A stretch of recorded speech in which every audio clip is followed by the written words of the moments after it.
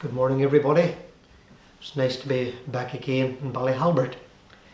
Got a wee verse to read to you from the book of Philippians chapter 1. And this is what the Apostle Paul says. Philippians 1 verse 20, according to my earnest expectation and my hope, that in nothing I shall be ashamed, but that with all boldness as always, so now also Christ might be magnified in my body, whether it be by life or by death. And it's the little phrase that in nothing I should be ashamed. Now, whenever we think about what the Apostle Paul said there about being ashamed, he's not talking about a little moment of embarrassment. You can't go through life without moments of embarrassment. I've had mine, you'll have had yours. But when the Apostle Paul talks about being ashamed, something much, much deeper than a wee moment of temporary embarrassment. Maybe it's more akin of the publican and the Pharisee that went up to pray. And it says about the publican that he stands in the foyer afar off. And then it says he wouldn't lift up so much as his eyes unto heaven. In other words, he couldn't look God in the eye. That deep sense of shame. At least the Pharisee could say, I've tithed, I'm better than anybody else, I live a half-decent sort of a life. He had some sort of a defence. But there's the publican, no defence. He knew that God knew his life, how he lived, and the sin in his life, and he's embarrassed. It is that sense of deep embarrassment and shame before the Lord. So the Apostle Paul says he doesn't want in any way either the way he lives his life or how he thinks to live his life in such a way where at the end of the day he's going to be ashamed. So I want to mention to you just a couple of areas where we want to make sure we're not going to be ashamed whenever we meet the Lord. So first of all, there's a little verse and I want to take you to the book of Colossians chapter 3. Colossians chapter 3. And this little verse says, chapter 3 and verse 12. Put on therefore as the elect of God, holy and beloved, bowels of mercy, kindness and humbleness of mind, meekness and long suffering, forbearing one another, and forgiving one another. If any man have a quarrel against any, even as Christ forgave you, ye also, so also do ye. So what we are talking about here is the unity of the body. Being a unifier and not a divider. We belong to the body of Christ. And the body of Christ is one. When we break the bread, we break the loaf. The oneness of the bread speaks of the oneness of the body. And we don't want to be ashamed as we stand before the Lord and realise that we were a divider, a wrecker rather than a unifier. And in order to be a unifier, of course, we need to be people of compromise, people who will forgive, people who will forbear. And in that regard, I just want to sort of give you a couple of other wee verses. This wee verse is found in the book of Proverbs chapter 19. It's a wee verse that we've looked at the old time down the years. Proverbs chapter 19 and verse 11. It says, the discretion of a man defers his anger. It is in his glory to pass over a transgression. And you can't go through life without being transgressed against. Someone's going to step on your toes.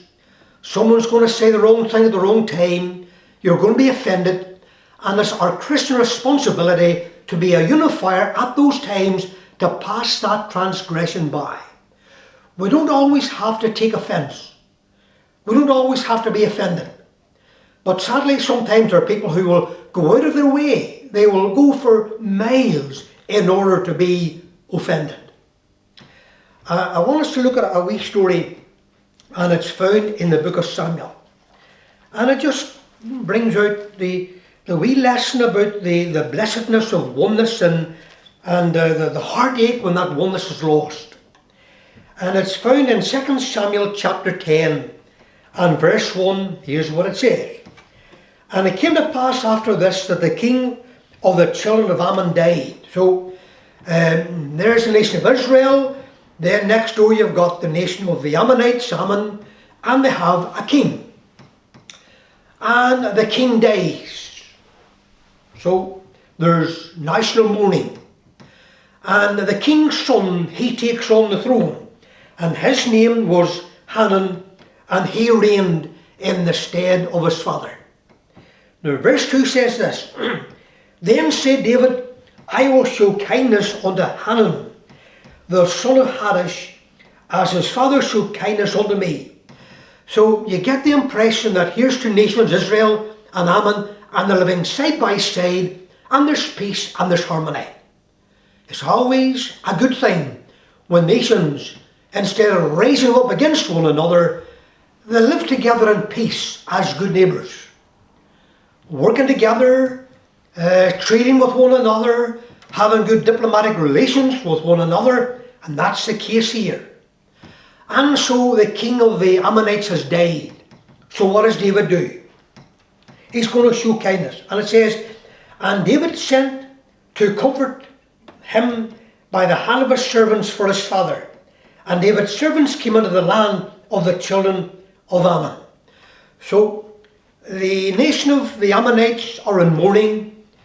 There's going to be a big royal funeral. And David, in order to maintain good diplomatic relations, he sends comforters. He sends ambassadors on behalf of the nation of Israel to express the condolences of David and the nation of Israel. Just good diplomatic relations. Whenever the time comes when Her Majesty the Queen will die, I imagine there's going to be a big royal funeral, and there'll be ambassadors from all the nations of the world. Even prime ministers might be there themselves, and presidents might be there themselves, and they'll come to express their condolences on behalf of their nations. It is just good diplomatic relations to maintain the peace. It is always good to do what has to be done to maintain the peace.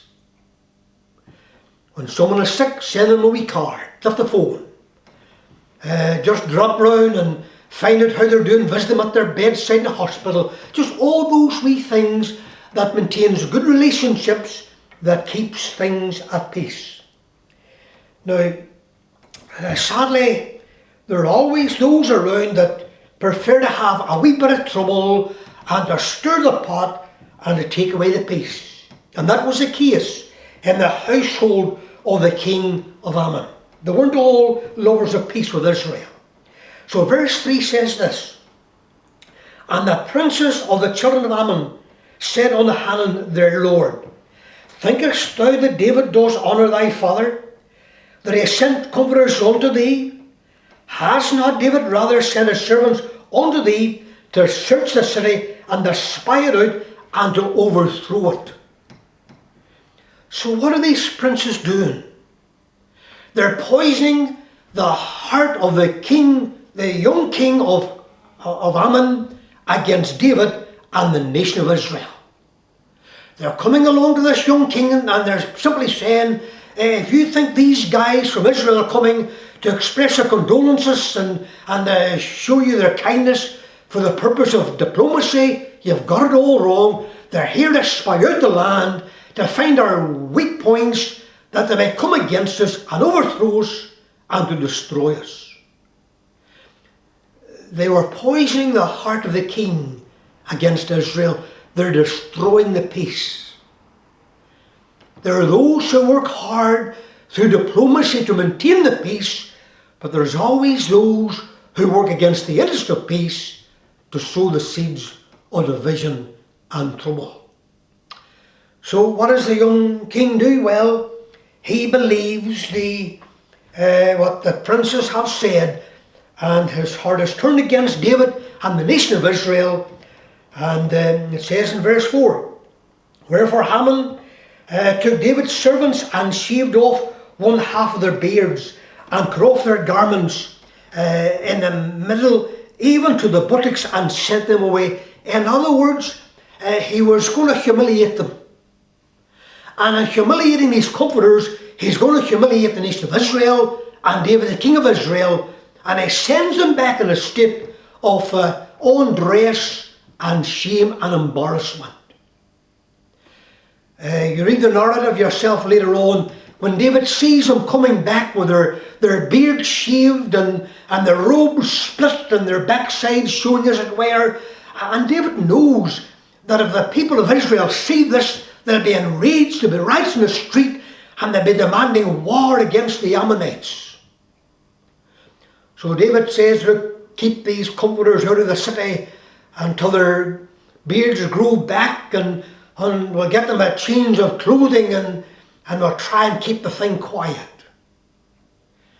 But the narrative goes on, and you can read it for yourself. The war breaks out.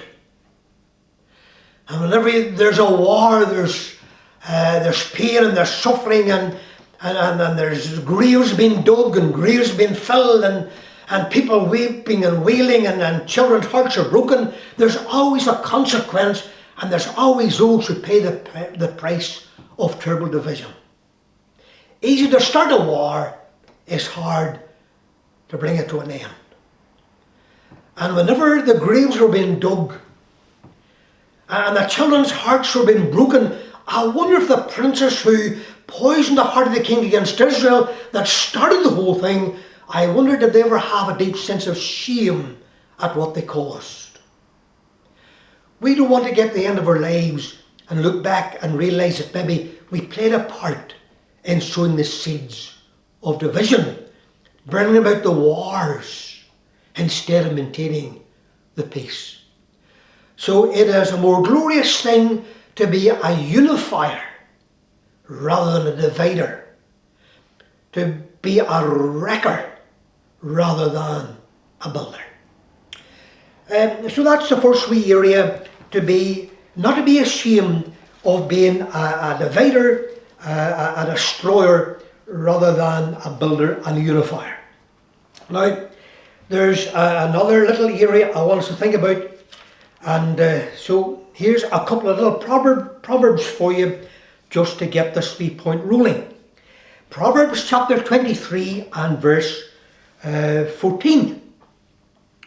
Proverbs chapter 23, and sorry, not verse 14, verse 4. It says this, labour not to be rich, cease from thine own wisdom.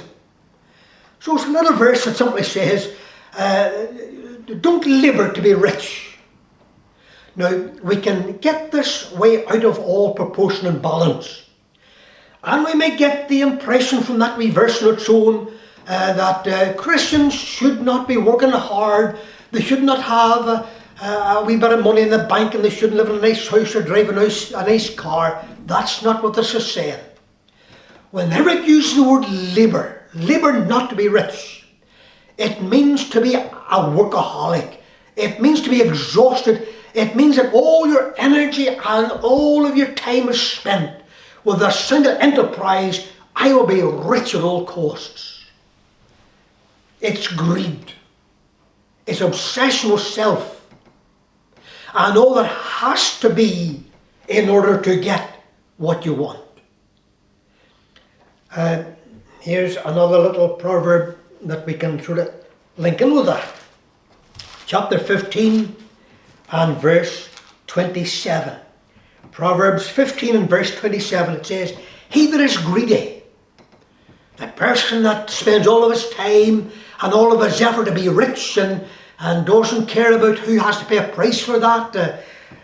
He just wants to be rich because he's greedy. And then it says, he that is greedy of gain troubles his own house. He that is the workaholic, the hedonistic, the obsessive with trying to be rich in this life, that that's all there is in his life, the desire to be rich, it says he runs the risk of bringing trouble into his house. Well, I want us just to think about a man in the Bible who is just the personification of selfishness and greed. And you get a story in the book of Genesis, and his name is Jacob.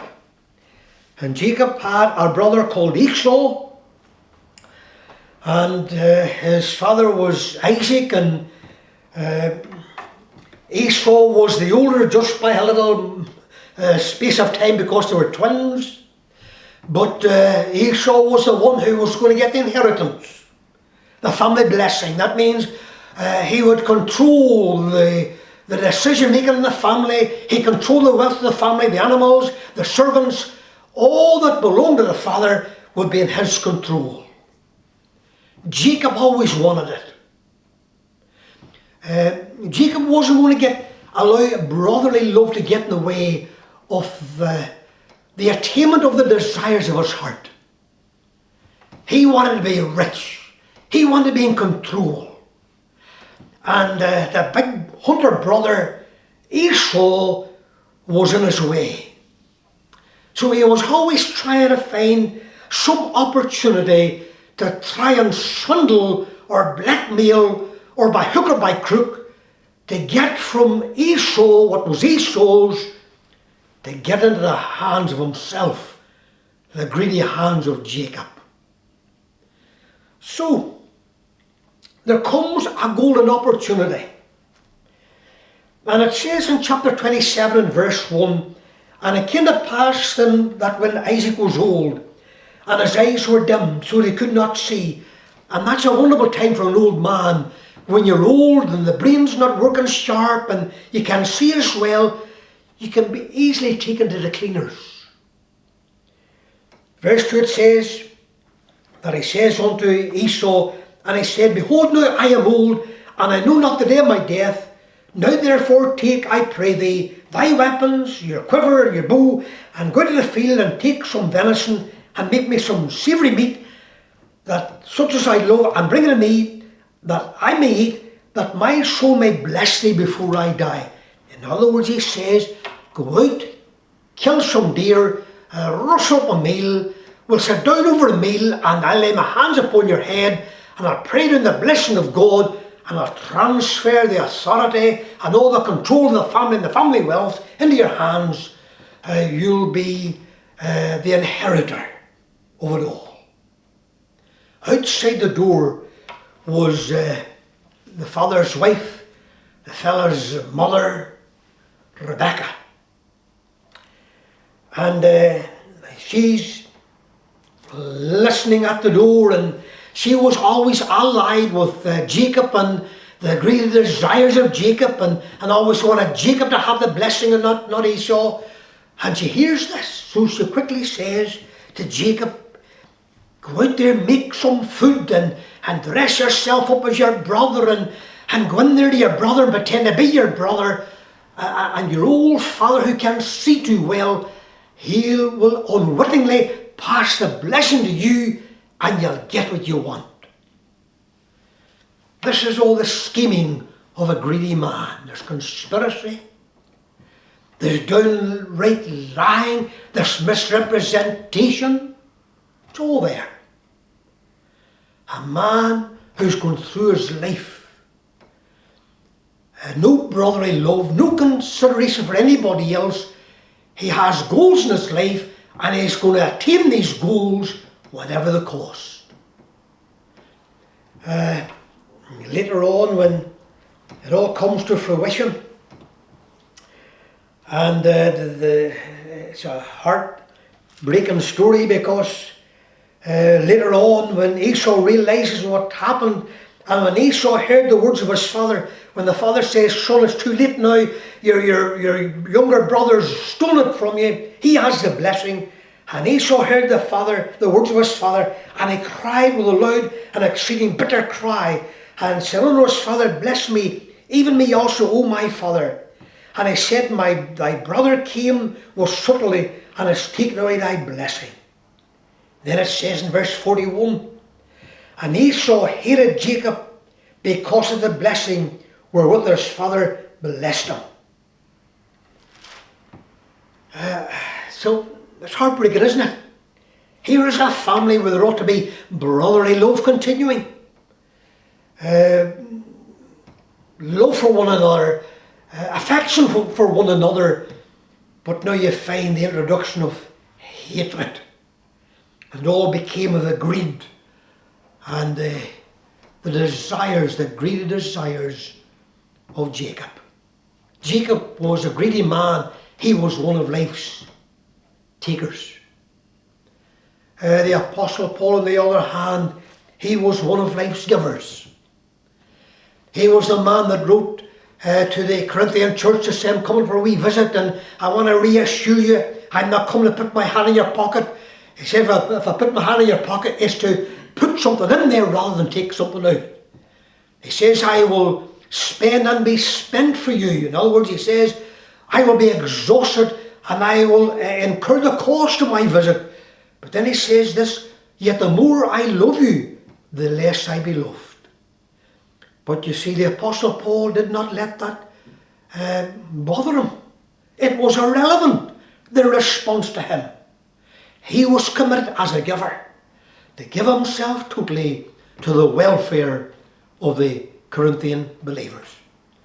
So as we make our way through life, let's make sure that at the end of life we're not going to look back and be ashamed that we were wreckers and that we were takers rather than unifiers and rather than givers.